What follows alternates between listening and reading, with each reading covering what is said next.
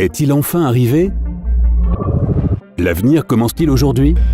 Nous avons des réacteurs dorsaux, des overboards, des hologrammes, tout ce qu'on pouvait voir dans les films de science-fiction des années 80. Enfin, peut-être pas les jetpacks. Et maintenant, des voitures électriques que l'on branche à un mur comme un téléphone portable. Alors, qui a eu l'idée et comment cette technologie fonctionne-t-elle en réalité? Avant de nous réjouir de l'avenir, faisons d'abord un petit voyage dans le passé.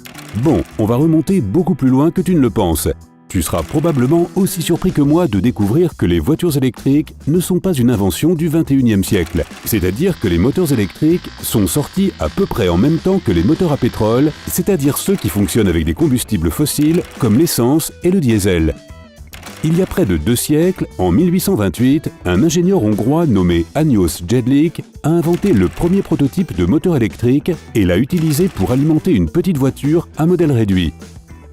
Et il n'était pas le seul à s'intéresser à ce genre de technologie à l'époque. En 1834, le forgeron Thomas Davenport a créé un appareil similaire qui pouvait être conduit sur de courtes distances à l'aide d'un rail électrique. Ça te dit quelque chose? Pense au tramway. Et aux Pays-Bas, le professeur d'université Sibrandus Strating construisait, lui, une petite voiture électrique alimentée par des batteries non rechargeables.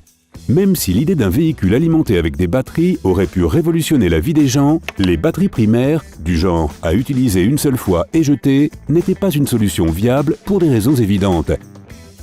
Il aurait fallu beaucoup trop de batteries pour faire fonctionner le moteur sur de longues distances à des vitesses aussi basses.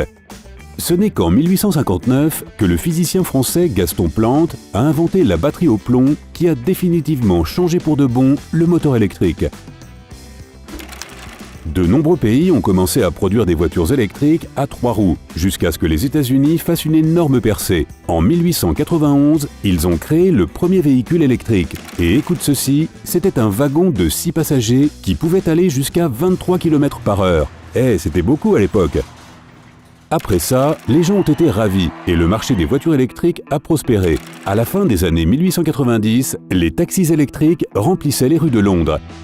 À l'époque, les voitures électriques présentaient de nombreux avantages par rapport aux moteurs à vapeur et à carburant. Ils ne vibraient pas, ils ne dégageaient pas cette terrible odeur d'essence brûlante que nous connaissons tous et surtout, ils ne nécessitaient pas beaucoup d'efforts pour démarrer. Au début des années 1900, près d'un tiers des voitures aux États-Unis étaient à propulsion électrique, mais ça n'allait pas durer longtemps. Vers la fin des années 1920, les infrastructures aux États-Unis s'étaient considérablement améliorées et les véhicules devaient être capables d'aller plus loin et plus rapidement. C'est à ce moment que les voitures à carburant fossile sont passées au premier plan, parce qu'elles étaient beaucoup plus pratiques.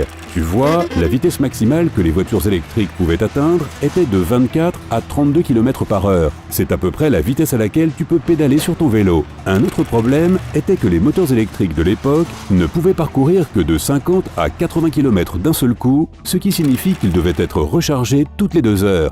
Avec l'amélioration des routes et infrastructures, ce type d'obligation a commencé à paraître contraignant. Au même moment, le démarreur électrique a été inventé et les voitures électriques ont commencé à l'utiliser en même temps que les silencieux, ce qui a rendu leur bruit beaucoup plus tolérable. Pourtant, les voitures électriques ont pris le dernier coup qui leur a été fatal en 1910 quand Henry Ford a commencé sa production de masse de véhicules à essence, ce qui les a rendus ridiculement bon marché alors que les voitures électriques coûtaient beaucoup plus cher.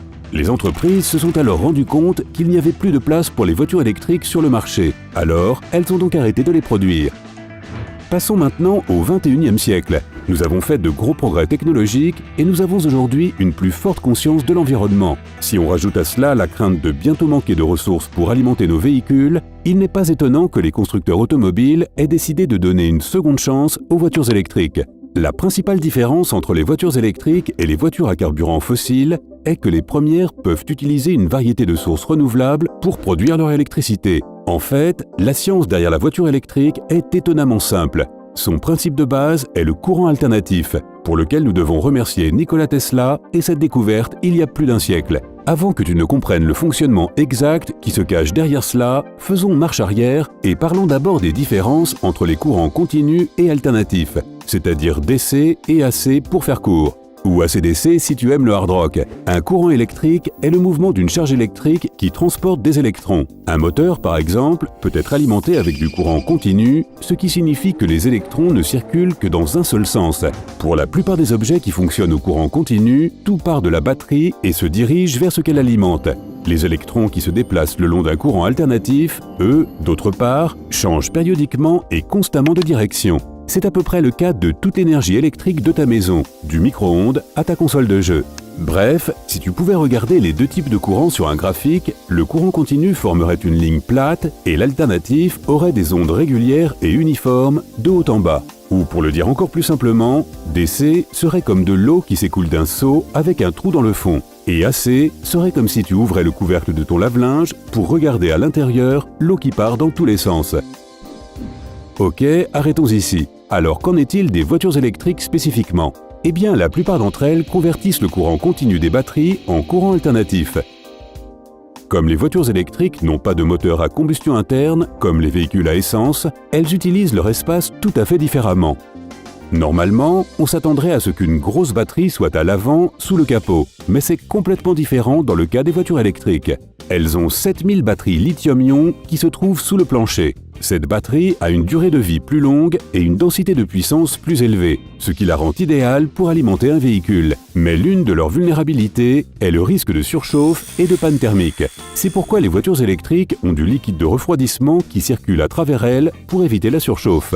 À l'arrière de la voiture, on trouve toutes sortes de choses absolument passionnantes. C'est là que se trouve l'onduleur, qui convertit ce courant continu en courant alternatif et donne de la puissance au moteur. Mais il ne peut pas le faire sans le moteur à induction. Il est lui aussi à l'arrière et il prend le courant alternatif qui vient de sortir du variateur pour créer un champ magnétique rotatif qui fait tourner le moteur. Maintenant, les voitures électriques n'ont pas de boîte de vitesse ou de levier et elles sont complètement automatiques. Elles ont une transmission à une seule vitesse qui envoie la puissance du moteur à induction jusqu'aux roues. C'est ainsi que le moteur électrique transforme l'énergie électrique en énergie mécanique, c'est-à-dire la puissance physique qui fait tourner les roues et te propulse sur la voie. Mais c'est là que ça devient encore plus intéressant. Lorsque tu accélères en conduisant, la voiture consomme plus d'énergie. Mais lorsque tu freines, l'énergie est transformée en électricité par le moteur à induction. Ensuite, l'électricité retourne jusqu'à la batterie et est stockée pour que tu puisses l'utiliser plus tard. Ça, c'est de l'efficacité. Une voiture électrique se remplit en étant branchée sur une prise ou une station de charge et elle utilise 3 niveaux principaux de charge. Le premier niveau est la charge de base que tu peux faire à la maison. Elle utilise une prise de courant de 120 volts et ajoute 3 à 8 km de charge par heure. Ensuite, il y a le deuxième niveau. Il utilise un équipement spécial pour alimenter des véhicules électriques et possède une tension plus élevée, 220-240 volts, pour ajouter 16 à 40 km par heure de charge. Enfin, la troisième et la plus efficace est la station de charge à courant continu qui fait exactement cela. Il utilise le courant continu pour ajouter jusqu'à 80% de la charge de la batterie de la voiture en moins d'une demi-heure. Le coût de la recharge d'une voiture électrique est également très bon marché. Ça te coûte moins de 5 $ pour une charge complète de ton véhicule électrique à la maison et tu peux avoir jusqu'à 240 km avec une seule charge. Cela, bien sûr, dépend de la taille de la batterie. Les plus grosses voitures électriques avec de plus grosses batteries peuvent coûter jusqu'à 15 $ pour une charge complète, mais elles peuvent parcourir jusqu'à 480 km. Waouh! Alors je signe où? Aujourd'hui, les voitures électriques sont moins chères à faire rouler et à entretenir si on les compare aux véhicules à essence. Mais il est indéniable que la voiture en elle-même a un prix d'achat beaucoup plus élevé.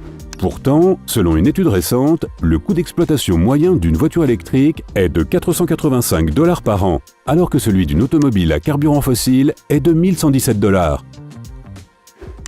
Donc ce prix initial plus élevé devrait s'amortir avec le temps. Mais il y a encore un autre problème. L'un des composants les plus chers de la voiture électrique est sa batterie. Elle te coûtera un bras et une jambe à la remplacer si elle tombe en panne. Alors, attends-toi à devoir débourser entre 5 000 $ et 15 000 $ pour la changer.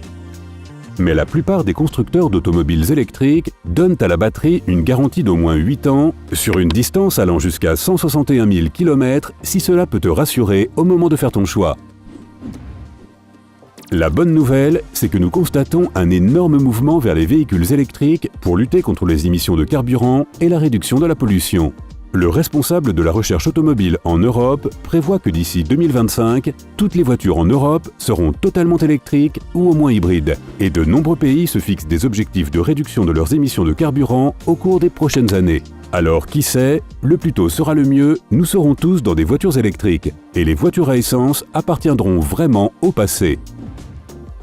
Qu'en est-il de toi? Aimerais-tu avoir une voiture électrique? Fais-le moi savoir dans les commentaires. Si tu as appris quelque chose de nouveau aujourd'hui, donne à cette vidéo un j'aime et partage-la avec un ami. Mais ne pars pas tout de suite acheter ta Tesla. Nous avons plus de 2000 vidéos sympas à te montrer. Tout ce que tu as à faire, c'est de choisir la vidéo de gauche ou de droite et de cliquer dessus pour en profiter. Reste du côté sympa de la vie.